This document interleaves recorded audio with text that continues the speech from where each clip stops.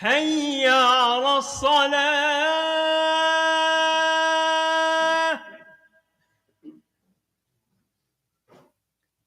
حي على الصلاة.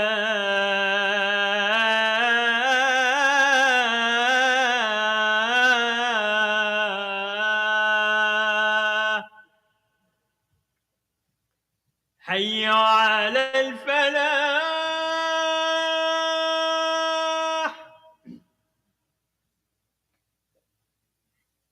حي على الفلاح.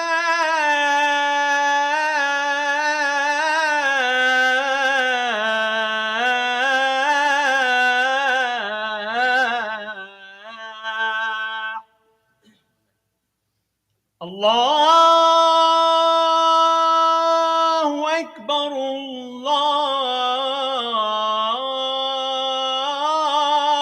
أكبر. لا إله إلا الله.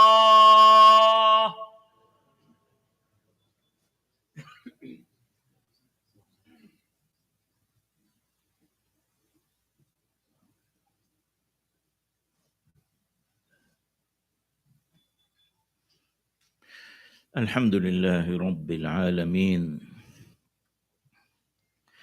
جعلنا من ذرية إبراهيم وزرع إسماعيل، وجعل لنا بلدا آمنا نحج إليه، وأشهد أن لا إله إلا الله وحده لا شريك له، وأشهد أن سيدنا محمدا عبد الله ورسوله.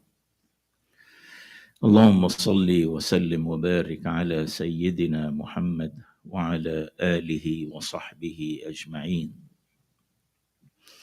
أما بعد، فإن أصدق الحديث كتاب الله تعالى، وخير الهدي هدي محمد صلى الله عليه وسلم، وشر الأمور محدثاتها، وكل محدثة بدعة، وكل بدعة ضلالة، وكل ضلالة في النار. Praise be to Allah, the creator of humankind, and peace and blessings on Prophet Muhammad, peace be upon him, sallallahu alayhi wasallam. So couple of days, and the year 1444 will bid us a farewell. Most likely next Tuesday or Wednesday, we will start a new Hijrah year. That's 1445. I do understand that for some reasons we are very familiar with the solar year, not that much have the knowledge about the lunar year. That's the difference. And in fact, Allah subhanahu wa ta'ala mentioned both, الشمس والقمر بحسبان. So Allah subhanahu wa ta'ala made for us the sun and the moon with a precise accuracy and very accurate functioning. But for us Muslims, as we know that when Rasul sallallahu alayhi wasallam was born, and if you trace his historical birth, you will find that he was born in Amul Fil. That's how Amul Fil, the year of the elephant. That's how the people used to account for their life, by choosing certain important incidents. And there were months. And in fact, the Arab, that's before Islam, they had those 4 Hurum, Ashhur Hurum, that they used not to fight during this month. One of them is Dhul Hijjah. So the month existed, but the year did not. So it was until the time of Umar ibn al-Khattab when he was the caliph, and he consulted with the Sahaba, and they decided to choose the Hijrah as the beginning of the Islamic year. Even though that the Hijrah was not during the month of Al Muharram, and it was most likely, according to historical records, during Rabi'ul Awal, the third month. But because they choose the Hijrah, and then they decided that the Islamic year will start during the month of Al Muharram as the month number 1, and it ends with Dhul Hijjah. So, why the Hijrah is important? The Hijrah has many branches. It's a very difficult to trace one and talk about it. It has many subjects, and it starts with the declaration from Allah subhanahu wa ta'ala that Hijrah is legitimate. Whenever there is a reason for it, that the Hijrah, which is migration, as you know, is to move from one place to another. And when the Mufassirin dealt with the hadith, لا هجرة بعد الفتح, that Rasul sallallahu alayhi wasallam, that after taking Mecca, he said there is no hijrah after that. But the Mufassirin dealt with it, and even Sayyida Aisha radiyallahu ta'ala anha, like you read Ibn Kathir, you read Al-Qurtubi, they assure you that this hadith never meant that the hijrah ceased to exist, that the hijrah would remain until the day of judgment. And what Rasul sallallahu alayhi wasallam meant by saying that there is no hijrah after the taking, the capture of Mecca, he meant that there is no need to do hijrah. Now the Muslims, they had their own societies, and they need to live with it. That's the meaning. Otherwise, you have the issue of where Allah subhanahu wa ta'ala mentioned in the Quran, إِنَّ الَّذِينَ تَوَفَّاهُمُ الْمَلَائِكَةِ, those who die, and on the day of judgment, they come as ظَالِمِي أَنفُسِهِمْ, like they were not having really a comfortable life. And Allah subhanahu wa ta'ala will ask them, فيما كنتم, either Allah will ask them or the angels. He said, فيما كنتم, what happened? Why you are so depressed, so upset? And they say, كنا مستضعفين في الأرض. We were oppressed, really, and we were forced to live such life. He said, ألم تكن أرض الله واسعة فتهاجروا فيها. But the land was spacious. The earth is spacious, and then you can go wherever you can find a refuge for the person. But when you look at the life of Rasul sallallahu alayhi wasallam, the hijrah was not really like a change a situation into a situation. It is true that you cannot deny that the Muslims were living a difficult life in Mecca, and they were oppressed. And if you want to know why, whether they were oppressed or no, you look at how Rasul sallallahu alayhi wasallam, he permitted them to do the hijrah to Al-Habasha, to Abyssinia.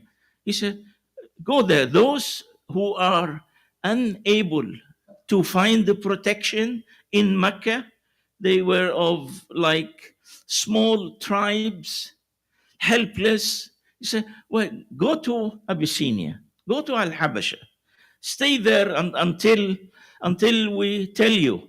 So you find that Rasul sallallahu alaihi wasallam, he ordered twice the Muslims, the weak Muslims, to do their hijrah to Al-Habasha, but himself did not. There is a concept for that. And many people, like they ask me, why Rasul sallallahu alayhi wasallam stayed in Mecca for 13 years and in Medina 10 years. So it is more. Tolerating the oppression was more than having the Muslims in power. And the reason for that you find that the concept of hijrah, that Rasul sallallahu alayhi wasallam chose not, and he was not granted any permission to do the hijrah. He wanted the Muslims to live under hard circumstances, except those who are afraid of their life. That's a different issue. Go to Al-Habasha. But those who can tolerate the hardship, they were not given a permission to move outside Mecca, but to stay and learn how to tolerate the hardship of life, how to tolerate the challenges of life. Because when we move in hijrah, there will be power. And if we are not trained well how we use our power, we will end up like the other oppressors. That's why you find that Rasul sallallahu alayhi wasallam, he wanted the Muslims to remain and be patient and learn the strength in their faith before they can go out. But then we say, so then why the hijrah?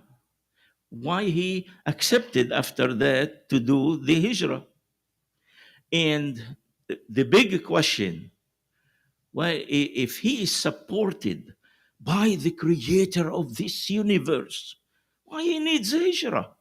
Then Allah should make him victorious in Mecca while he is in Mecca. But you have to know that life cannot run like that. The issue is not a prophet and a creator. The issue is followers and a prophet. The issue is followers, Muslims, and the religion, Islam. How we deal with our life.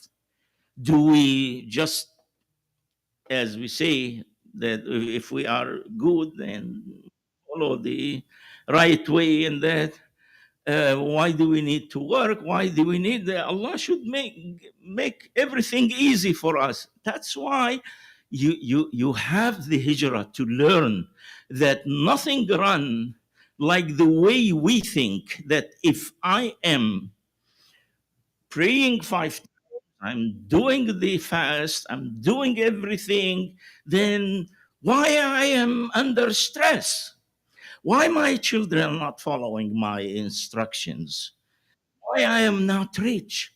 Why I have a small house and others have a bigger house? Why I have an old car and others they have fancy cars? You see here that these things, when you start thinking about it, it won't work that you rely on your deen to be victorious. So Rasul sallallahu alayhi wasallam, he never relied on the deen to be victorious as primary functioning. The primary functioning is him, his strength, his deep faith in Allah, doing every possible things, and then relying on Allah. That's where we call at-tawakkul. And some people may be upset with me. Oh, I'm saying that Allah should be first. Religion should be first. Why I'm saying that no, it's me first. Me, the way I act, the way I behave is first. The faith that complement the act that I do. But I am the one who can make my fate and destiny. And Rasul sallallahu alayhi wasallam, he believed just like that. And you may tell me how, and I tell you how.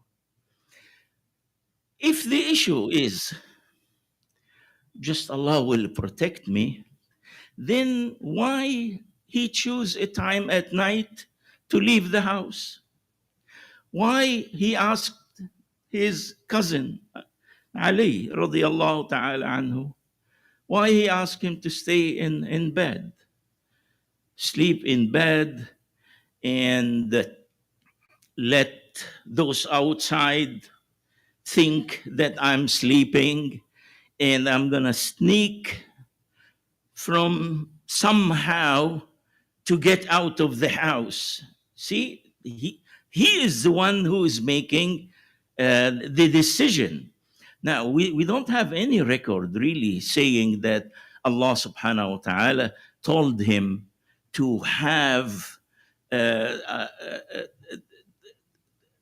a woman to arrange food for him. Why he asked a shepherd to walk behind him to cover the trace. Why he stayed in the cave for 3 days. We don't have really a record to suggest that Allah told him, I'm going to give you the plan. This is the plan. But it was left to him. Exactly. If you go to study the Battle of Badr, how it started, it was not that Allah said to him, well, don't worry, I'll take care of you. But what we know, that when he learned about a great gathering of Meccans coming to attack the city, what he did, he gathered the Muslims. He said, what should we do? We can do two things. Leave it as is and risk our children and our women. Because the women, if they were captured, they will be treated as slaves. And the children will be killed. Leave it as is. You want to just rely on Allah and leave it as is, or stand up and defend yourself. And the Muslim said, we will stand up and defend ourselves. So you really do not find a record of like Jibril alayhi salam came and he told him, I want you to behave in this way, in this way, in this way. But you find that Rasul sallallahu alayhi wasallam is the one who initiated all these things. What we have missing is just one thing. That is where we read the ayah of the Quran.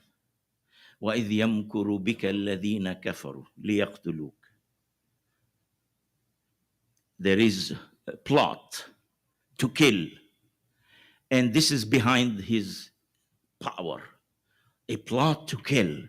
So we have Jibril alayhi salam came and told him that القوم تآمروا عليك ليقتلوك. Go. There was a permission to do the hijrah. And this is supported by what Abu Bakr radiallahu ta'ala anhu, he says, when Rasul sallallahu alayhi wasallam sent to him and asked him to get ready to do the hijrah, as-suhbah, as-suhbah. He said, as-suhbah, as-suhbah. There was a negotiation before. There was talk between the prominent Sahaba and Rasul sallallahu alaihi wasallam about finding a solution other than going to Al-Habasha, the Abyssinia. And Rasul sallallahu alaihi wasallam, he said, no izn, no permission. But the permission came, but did not say how. So you find that the hijrah was something very important, planned carefully for us to learn, that we Muslims, we need to learn carefully about our future. Then those who say that the hijrah was escape, I tell you, it was not escape. Al-Rasul sallallahu alayhi wasallam had in mind different things. That's why you find that the choice to go to Medina was not just, where should we go? Where should we go? He knew ahead of time. And that's why when the people from Medina used to come to Mecca, and of course, you know that Al-Haram was available. So people used to come from all over the area for Al-Haram. And Al-Rasul sallallahu alayhi wasallam, he would stay at the sacred mosque waiting for people. He would tolerate all kind of harm, hoping that he will be able to teach someone who is very important. And he managed. And he started to meet with people from Medina. Those people, they used to accept Islam, then go to Medina and teach others, then come back next year. And until the year after, it's 80 people coming approximately. 80 people coming from Medina. And then you say, send with us a teacher. We want a teacher. He said, okay, Mus'ab ibn Umair, radiallahu ta'ala anhu, you go to Medina and be the teacher. Teach the people Islam. It means prepare for us. Okay, so things was prepared. And that's why you have the famous song, طلع البدر علينا. Who said طلع البدر علينا? When the moon rise, the people of Medina, they received Rasul sallallahu alayhi wasallam with pleasure and with festivities. And they started to sing this طلع البدر علينا because they wanted him. Why they wanted him? Because Islam was the solution for their life. And when you read the history of Medina, Aus and Khazraj, they used to fight each other, kill each other, bloodshed for any reason. And you know what happened? People from Al-Khazraj accepted Islam. People from Aus accepted Islam. And they became a brotherhood. And then how brothers can fight the brothers. So things started to move. That, now we are Muslims and we cannot fight, we cannot kill each other. So they became united by the blessings of Islam. And this is for us to learn, something that the Hijrah can teach us. Now, we know that Rasul sallallahu alayhi wasallam was received after a very tired, difficult trip, where that's other thing you need to investigate. He did not choose the regular way. He chose a difficult way so that the Meccans cannot trace him. And that's, again, the thing for us to learn, that we make our life. We make our life, we create our success. So Rasul sallallahu alayhi wasallam started the people give him the okay. Okay, you are our leader. And sometime we use Islamic State was established, and if you study, you go all the records, you're not gonna find such name as Islamic State. But there was a multicultural, multi-faith society in Medina. And how do you know about that? Study Mu'ahadat al-Madina. It's al-Madina declaration. There is something, it is in English, it is in Arabic.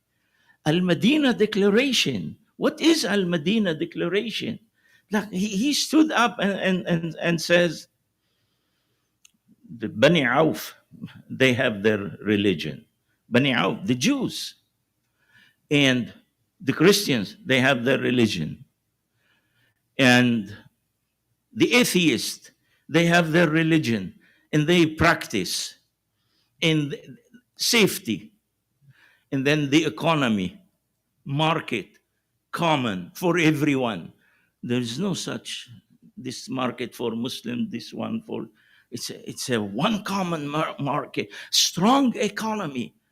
So you find really in the hijrah many things for us to learn how we live, whether for our children who were born here, this is their home. If you ask them, they say, I'm American. Maybe for me, I say, I was born in Lebanon. It's a different, but whether here or there, we have to learn how to adopt the right way of how to live peacefully. And there is something you need to know from the hijrah. No matter you are, no matter, you will have an enemy. But we don't talk about it. Rasul sallallahu alayhi wasallam never talk. He say, "Oh, I have my enemies; those who wants to kill me, those who conspire to kill." But there will be an enemy when you live. And why then you say you talk about Bilal radiyallahu ta'ala anhu. Look, he had an enemy. Islam was not that much known or strong. And Ammar bin Yasir, and how his parents were killed. So there was. And Rasul sallallahu alayhi wasallam, well, he had his uncle, Abu Lahab. And Abu Lahab, when Rasul said, I received a revelation. Abu Lahab came, he said, he's my nephew. He's lying. Don't believe him. And Abu Lahab himself, when he heard the news of the birth of Rasul sallallahu alayhi wasallam, he freed his woman slave, which it was not known. What does that mean? You mean he hated the Prophet? No. But always when you declare yourself in following a certain way, there will be people. That's why you have Surah Al-Falaq. Part of it, وَمِن شَرِّ حَاسِدٍ إِذَا حَسَدٍ. You seek the refuge of Allah from hasad, jealousy. When you live and you are successful, someone is jealous. And that's why there are two things that I can end for the Muslims. First, يا أيها الذين آمنوا عليكم أنفسكم لا يضركم من ضل إذا اهتديتم. There's one thing, oh believers, mind your work. The people who conspire or they want to hurt you, they will never be able to do that. You will never be misguided. إذا اهتديتم, just follow the hidayah. And Rasul sallallahu alayhi wasallam was instructed by Allah, خذ العفو. hold into afu, forgiveness. وأمر بالعرف, deal with the people on equal footage. وأعرض عن الجاهلين. You find someone who's trying to mess up with you, someone, hey, I'm gonna burn the Quran in front of your eyes, and you burn, your heart start aching and you want to kill that. No, سأعرض عن الجاهلين. Yeah, you can speak, you can defend your way of life, but this losing control and I want to kill that, I want to hurt that, no, you don't find it in Islam. Live your life. That's the lesson that we can learn from the hijrah. I pray that Allah subhanahu wa ta'ala would forgive me if I did not analyze this subject very well, or some of you may not be happy with that. I apologize for that, and I pray for forgiveness. أقول قولي هذا وأستغفر الله العظيم لي ولكم.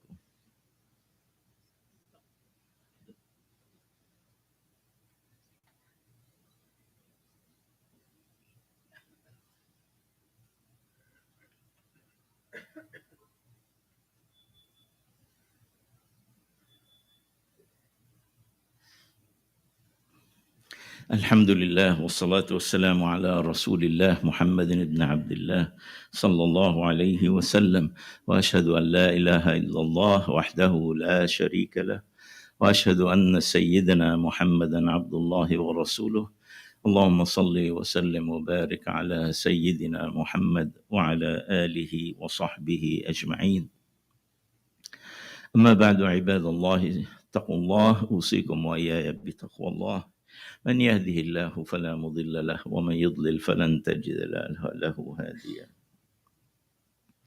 Again, we talk about the ISP. This place needs your careful attention, and the subject for that is paying bills.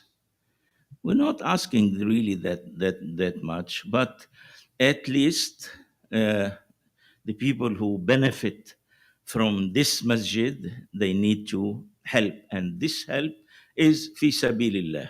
You're not doing it for any other reason except fi sabilillah. This is the house of Allah, and I need to have the best air condition, and in the winter I need to have the best heat, and the rugs, I need to have the best rugs, sit on it, and everything here need to be best quality, as we say, because this is the house of Allah subhanahu wa ta'ala.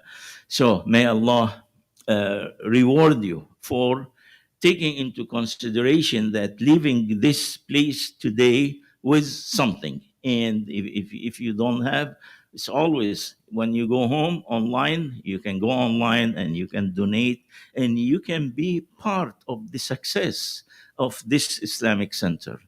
وصلوا على نبيكم محمد صلى الله عليه وسلم، فقد صلى الله عليه فقال إن الله وملائكته يصلون على النبي يا أيها الذين آمنوا صلوا عليه وسلموا تسليما. I pray that Allah subhanahu wa ta'ala will grant comfort to those who are not feeling well today.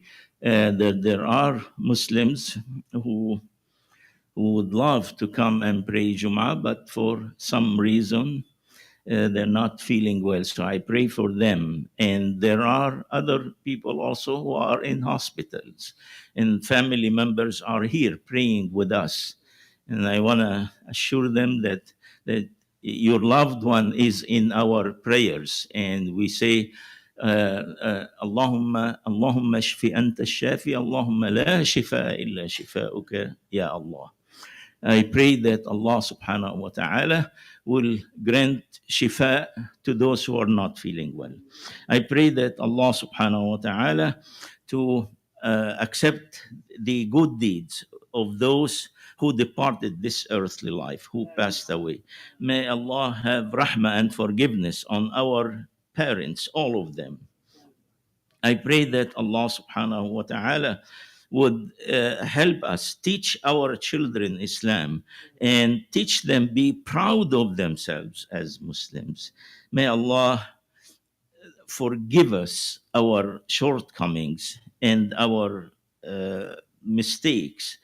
And I pray that Allah expand our hearts to learn more about Islam and the Hijrah and the Quran.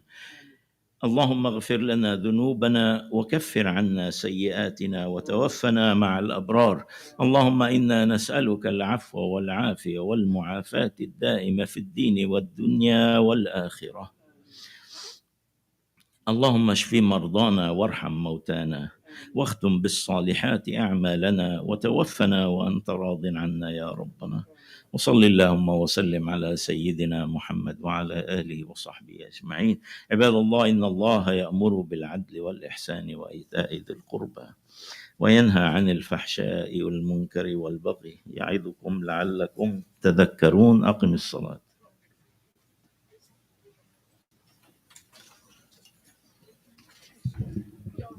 الله أكبر الله أكبر. أشهد أن لا إله إلا الله. أشهد أن محمدا رسول الله. حي على الصلاة حي على الفلاح. قد قامت الصلاة قد قامت الصلاة. الله أكبر الله أكبر. لا إله إلا الله.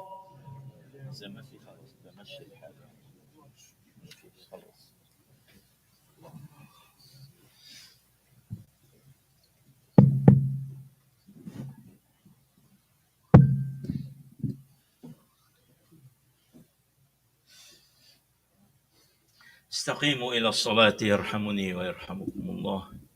سووا صفوفكم ولا تختلفوا فتختلف قلوبكم. صلوا صلاة مودع.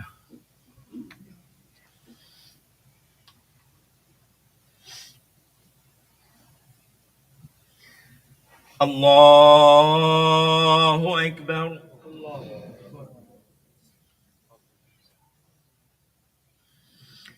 الحمد لله رب العالمين الرحمن الرحيم مالك يوم الدين. إياك نعبد وإياك نستعين.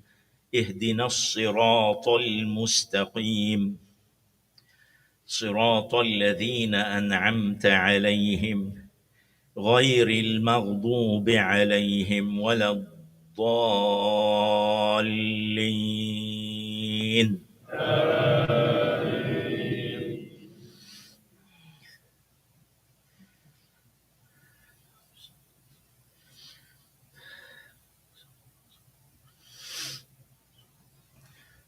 يا أيها الذين آمنوا إن جاءكم فاسق بنبأ فتبينوا أن تصيبوا قوما بجهالة فتصبحوا على ما فعلتم نادمين. واعلموا أن فيكم رسول الله لو يطيعكم في كثير من الأمر لعنتم ولكن الله حبب إليكم الإيمان وزينه في قلوبكم وكره إليكم الكفر والفسوق والعصيان أولئك هم الراشدون فضلا من الله ونعمة والله عليم حكيم. الله أكبر.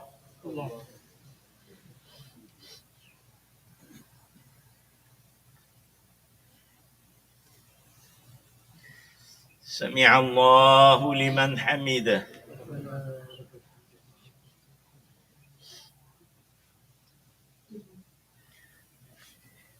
الله أكبر.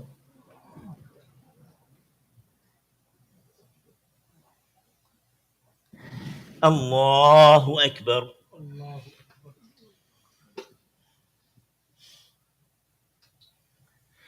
الله أكبر.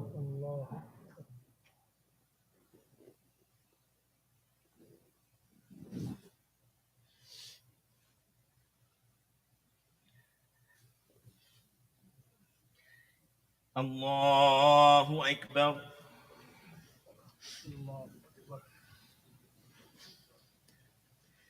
الحمد لله رب العالمين الرحمن الرحيم مالك يوم الدين إياك نعبد وإياك نستعين اهدنا الصراط المستقيم صراط الذين أنعمت عليهم غير المغضوب عليهم ولا الضالين.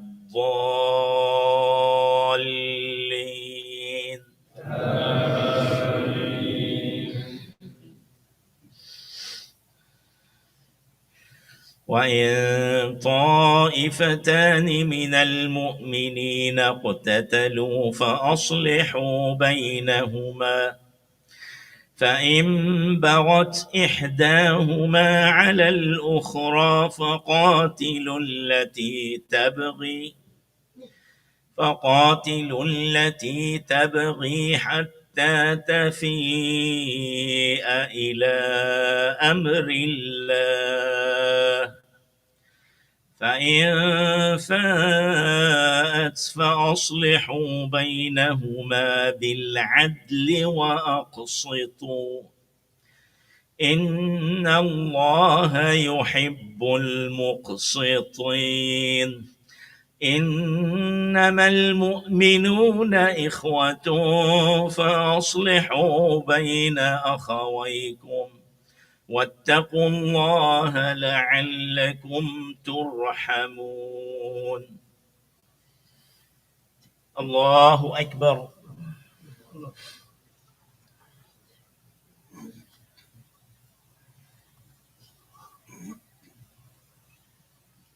سمع الله لمن حمده.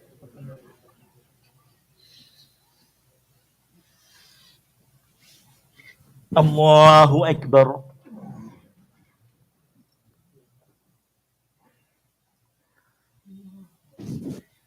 الله أكبر.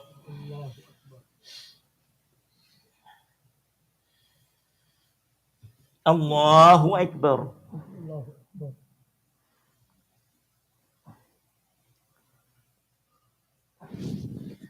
الله أكبر.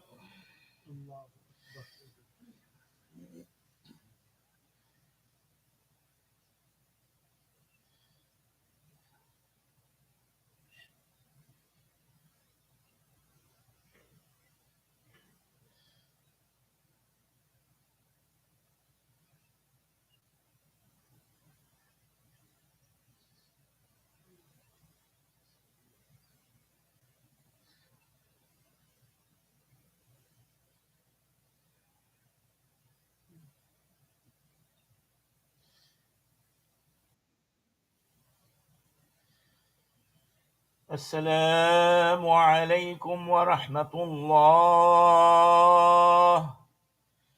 السلام عليكم ورحمة الله. اللهم أنت السلام ومنك السلام تبارك وتعاليت يا ذا الجلال والإكرام.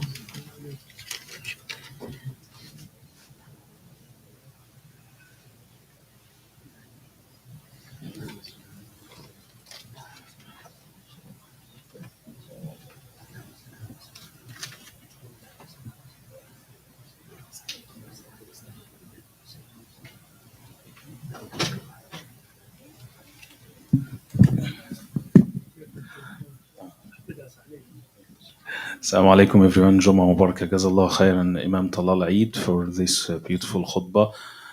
Inshallah, tomorrow we have our Eid barbecue, our community barbecue at ISBCC in our parking lot.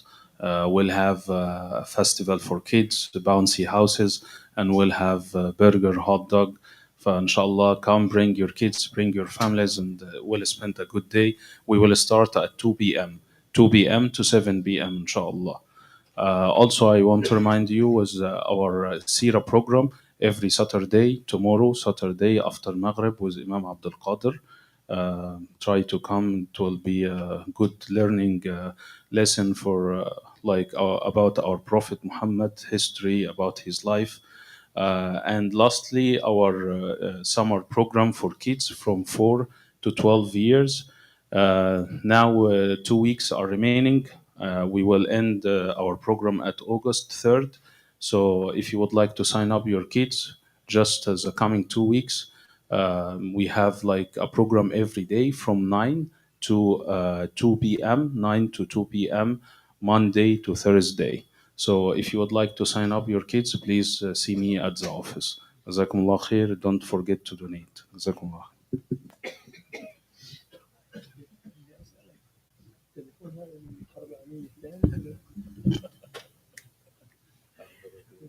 اجيبك بكره ان شاء الله. انت مساعده قول لي. لا محتاجين. انا جاي العين. هارون مسافر. شو بدك هارون؟ مره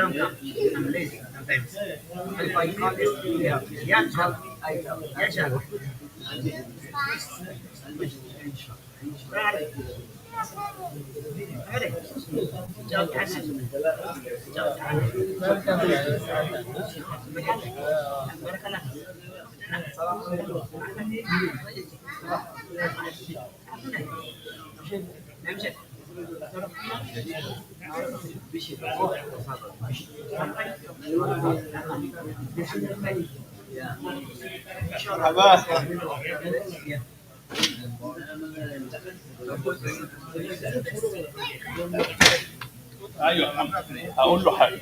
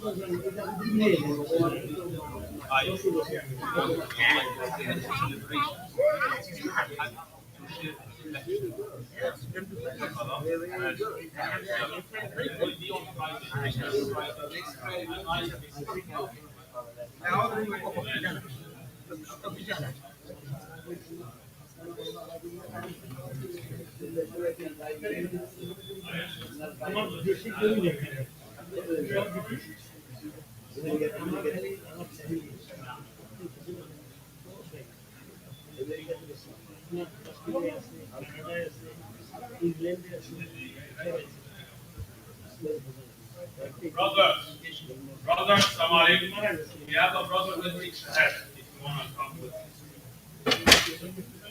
me. Wahab. Shahad is